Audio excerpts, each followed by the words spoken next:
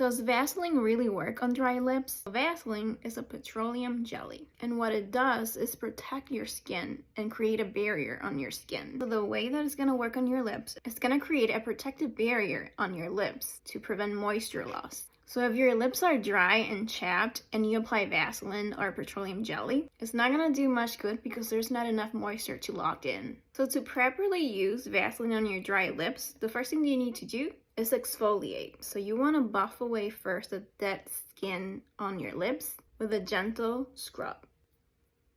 After exfoliating, you're going to apply a soothing lip balm or lip conditioner, and this is gonna help preventing your lips to get more chapped or more irritated or more dry.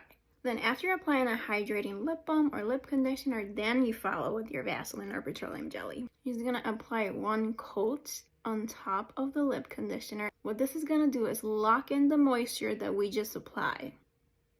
Because remember, Vaseline is a skin barrier, not a skin moisturizer. If you like these kinds of beauty tips, then hit the follow button and join our beauty circle of Ring Up Color.